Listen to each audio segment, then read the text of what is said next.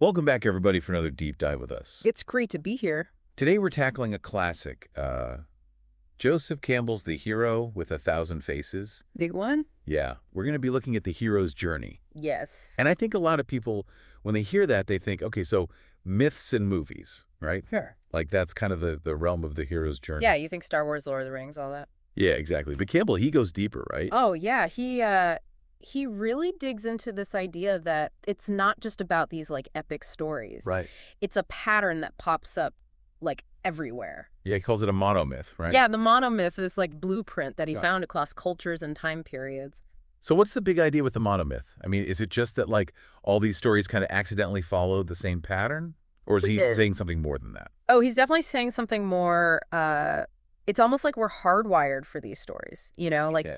they resonate on such a deep level because they're tapping into something fundamental about the human experience. So it's like a psychological map or something. Exactly. It's a way of understanding how humans navigate change and growth, how we face challenges and ultimately transform. And he breaks this down into stages, right? He does. He outlines three main stages: Okay. departure, initiation, and return. So I'm picturing like a little diagram in my head. Here. But give us an example to kind of bring it to life. Okay, let's take Odysseus, the classic Greek hero. Sure. His departure is leaving Troy after the war, yearning for home. Right. Wants to get back to Penelope. Exactly, but then comes initiation, and the gods are not making it easy for him. Wow. He's hit with storms, monsters, divine wrath, you name it, years of trials, testing him to his very core. Yeah, that's one commute I would want to skip. For sure. But he makes it back eventually, right? Eventually, yeah. Yeah. But he's transformed by those trials. Right. That's the return. He's not just going back to the same old Ithaca. Right. He's arriving wiser, stronger, ready to reclaim his kingdom and his family. Okay, so Odysseus goes through it, but what about like us regular folks? Yeah. Campbell suggested this pattern shows up in our lives too. Think about it. Have you ever had a moment that completely disrupted your routine? Something that challenged you to step outside your comfort zone? Like when I tried that online pottery class during lockdown, Maybe? I don't about transforming, Yeah. but it was definitely outside my comfort zone. Well, Campbell would call that a call to adventure. Okay. He uses this great example in the book, The Princess and the Frog. Okay, I'm familiar with this one. Right? She's living this predictable life until, bam, this frog shows up demanding her help. Right, he needs a kiss. Well, in the book, it's more about her overcoming her disgust and agreeing to help him. Right. But that's the point. It's a total disruption of her ordinary world. So is the frog the call to adventure? Exactly. And notice she initially resists, Yeah, who wouldn't? That hesitation is key, too. It's that wait, what moment we all have when facing the unknown. Right. But eventually she takes a leap of faith, and that's when she crosses the threshold. So she crosses the threshold by kissing the frog. Well, more like by agreeing to help him. It's about leaving behind the familiar world for the unknown. Gotcha. So it's like a symbolic crossing. Exactly. That's when the real adventure begins. I bet it gets pretty intense from there. So does Campbell give us any hints about what to expect when we cross our own thresholds? He describes it as entering the belly of the whale. Okay, Billy the Whale, now we're talking. Yeah, it's this powerful image symbolizing a kind of symbolic death and rebirth. Okay, so not literal whales then. No, it's a metaphor. He uses examples like Jonah and the whale, but also Finn McCool being swallowed by a Celtic monster and even Hiawatha by a giant fish. Wow, it's like this recurring image across cultures. It is, and it's fascinating. What he's really getting at is this idea of being engulfed by a powerful force, almost like a symbolic descent into the depths of our unconscious. Okay, I'm with you so far, but what does this belly of the whale experience actually mean for us? The ones not battling sea monsters. It means that facing fears and challenges is baked into the process of growth, just like those mythical heroes. We encounter threshold guardians, obstacles standing between us and our goals. Right. But remember, those guardians aren't always external. Sometimes the toughest battles are with our own doubts and anxieties. So you're telling me battling my procrastination monster counts as heroic? I like where this is going. Absolutely. But what about support? Do we get any magical swords or wise mentors on our journeys? We may not get enchanted weapons, but we do find support. Okay. Think about it. Friends, family mentors, even a good book can offer guidance and encouragement when we're facing a challenge. Yeah, I guess that makes sense. It's about recognizing those sources of support, those inner and outer resources that help us through. I see. So even though our journeys are unique, We're not alone in taking them. Exactly. And just as the hero needs to gather their courage to cross the threshold, so do we. Right. But once we take that step, something truly remarkable can happen. We enter a phase of potential transformation, a stage, Campbell calls meeting with the goddess. And meeting with the goddess, this is where things get really interesting. Okay, lay it on me. It's not just about encountering a literal goddess, though. Campbell has plenty of those examples. Right. He talks about Inanna descending into the underworld to face her sister, Ereshkigal, the Queen of Death. Exactly. Pretty heavy stuff. Yeah. So how does that relate to our everyday lives? Well, think of it this way. It's about connecting with a powerful feminine energy, Okay. a source of wisdom, compassion nurturing it. Could be a mentor, a teacher, or even that quiet voice within you that guides you toward growth. So it's not about like gender roles or anything. It's about tapping into those qualities, those archetypes. Exactly. And this stage is all about integration and healing. It's like a pause in the hero's journey, a moment to gather strength and wisdom before the next challenge. Because there's always another challenge, right? Oh, yeah, always. So what comes after meeting with the goddess? Well, according to Campbell, it's the stage of atonement with the Father. Atonement with the Father. Okay, I'm getting some Freud vibes here. A little bit, yeah. We're not just talking about our actual dads, are we? Not necessarily. The Father can be any force that holds us back. Huh. Whether it's societal expectations, limiting beliefs, or even our own inner critic. So it's about those things that stand in the way of our full potential. Exactly. Campbell uses the example of Krishna slaying the tyrannical king Kansa in Hindu mythology. Okay, I vaguely remember that one. It's a vivid image of overcoming a force that was preventing him from fulfilling his destiny. So it's not about literally fighting our fathers. It's about confronting those inner and outer demons that hold us back. Right. And just like those heroes often receive guidance and support along the way, we can too. Right. It's about recognizing the resources available to us, whether it's our community, our inner strength, or even the wisdom we find in books and stories. It's interesting how much symbolism Campbell packs into this framework. He does. So they've got the belly of the whale, Sure. the goddess, the father figure. He's saying, look, the world is full of these archetypal images, these recurring patterns. Yeah.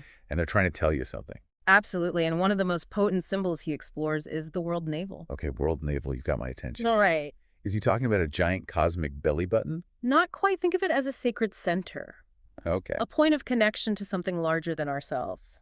It could be a physical place like a mountain or a temple, or it could be an internal space, a place of grounding and stillness within us. So it's about finding that center, that place of stability amidst all the chaos of life. Precisely. Campbell gives examples from all over the world: sacred mountains, ancient temples, even the tree of life in various mythologies. Right, the tree of life. These symbols represent a point of access to the divine, to the source of all creation. So it's like that feeling of being deeply rooted, of knowing where you belong in the world. Exactly. And what's interesting is that the world navel isn't fixed in any one location. It's a concept, an archetype that we can tap into wherever we are. Okay. It's about finding that inner sanctuary, that place of peace and clarity within ourselves. And I can see how that's an essential part of the hero's journey. Yeah. After all, the hero often has to leave their known world, their comfort zone, to embark on the adventure. Right. And then they return, hopefully having found a new center, a deeper understanding of themselves and the world. It's a beautiful cycle, isn't it? It is. And it speaks to the transformative power of venturing into the unknown by leaving our familiar shores. We open ourselves up to new experiences, new perspectives, and ultimately a deeper connection to ourselves and the world around us. So we've talked about the challenges and transformations of the hero's journey, but what about the rewards? Right. What does the hero bring back from their adventure? That's where the boon comes in. The boon. It's the gift, the reward, or the wisdom that the hero brings back from their journey to share with their community. Like a souvenir from a life-changing trip. Exactly, but the boon can take many forms. It might be a tangible object, like a magical sword or a healing elixir, or it could be knowledge, wisdom, a new skill, or even a renewed sense of purpose. Like Prometheus stealing fire from the gods and bringing it back to humanity. Exactly. That's a pretty epic boon. It is. And it highlights the potential for the hero's journey to benefit not just the individual, but the entire community. But sometimes the boon is more subtle, right? Like Yeah. a change in perspective, a deeper understanding of oneself, or a newfound appreciation for life. Absolutely. And those internal boons can be just as powerful, if not more so. Right. It's like the hero returns with a light that shines outward, illuminating the world around them and inspiring others to seek their own truth. It's amazing how these ancient stories can offer such profound insights into the human experience. It is. But Campbell doesn't shy away from the darker side of the hero's journey either, does he? No, he doesn't. He acknowledges the dangers, the temptations, and the possibility of failure. Right. The hero's path is rarely smooth sailing. Yeah. There are obstacles, setbacks, and moments of doubt. Like Icarus flying too close to the sun. Exactly, a Yeah. classic tale of hubris and the consequences of overreaching. It's a reminder that even the most gifted individuals can fall prey to temptation or make mistakes, and it underscores the importance of humility, self-awareness, and seeking guidance when we need it. So it's not just about achieving greatness, it's about navigating the challenges with wisdom and integrity. Right. But what happens when the hero does succeed? Yeah. What's it like to return to the ordinary world after such an extraordinary experience? That's a crucial part of the journey and often a challenging one. The hero may have changed so much that they no longer fit in with their old life. They may struggle to communicate what they've learned or find a place for their newfound wisdom.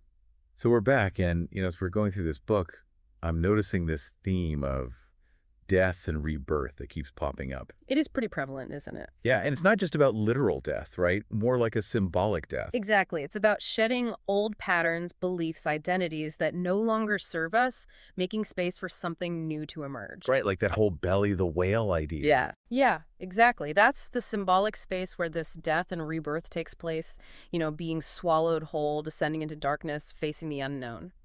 Yeah, and it sounds terrifying, but also kind of transformative. That's the thing. It can be, both Campbell uses so many powerful examples. Jonah and the whale Osiris being dismembered and resurrected Persephone's descent into the underworld. Yeah, those are some intense myths, but I can see the parallels to our own lives, those times when we feel like we're falling apart, losing ourselves. Like we have to go through that darkness, that symbolic death to come out the other side renewed. So it's not about avoiding the tough stuff, it's about recognizing those dark periods as part of the journey. Exactly. And remember, we don't have to go through it alone. Right. Campbell reminds us these patterns, they're universal. They've played out for heroes throughout history, and they're playing out in our lives right now. And speaking of patterns, one of the most hopeful elements of the hero's journey is the return. The hero doesn't just go on this adventure for themselves. They bring back a boon to share with the world. The boon, that's the proof of their transformation. Right. Sometimes it's tangible, a magical sword, a healing elixir, but often it's less tangible. Wisdom, compassion, a renewed sense of hope. Like King Arthur bringing back Excalibur from the other world. Yeah, that's a good one. A symbol of his right to rule, a tool for uniting his people. Exactly. It highlights how the hero's journey can benefit not just the individual, but the entire community. And that ripple effect. When one person goes through a transformative experience and shares their boon, it can inspire others to embark on their own journeys. For sure. But sometimes the boon is even more personal, right? Like a deeper understanding of oneself, a newfound appreciation for life, a stronger connection to something greater than oneself. Absolutely. Those internal transformations are powerful too. It's like the hero returns radiating a new light, and that light can illuminate the world around them. You're reminding me of Clarissa Pinkola Estes' introduction to the book. Oh, yeah. She talks about the power of stories to heal and connect us to something larger than ourselves. Right. She even compares stories to rivers, these flowing currents of wisdom and experience, connecting us to our ancestors and the collective unconscious. And she makes this really interesting point about how in traditional cultures, stories were often shared in a communal setting, Yeah. which created a sense of belonging and shared understanding. It's like those stories were weaving the community together, passing down wisdom and values from one generation to the next. Makes you wonder if we've lost something in our modern world by consuming stories mostly in isolation through books, movies, screens. It's a good question. Are we missing out on that sense of collective experience, of shared meaning making that comes from experiencing stories together? Maybe we need to be more intentional about creating those spaces where we can share our stories, Yeah. listen to each other's journeys, support each other's growth. I think so. We need to reclaim that sense of community around storytelling because both Campbell and Estes, they remind us, stories have the power to heal, to inspire, to connect us to something much greater than ourselves. Well said.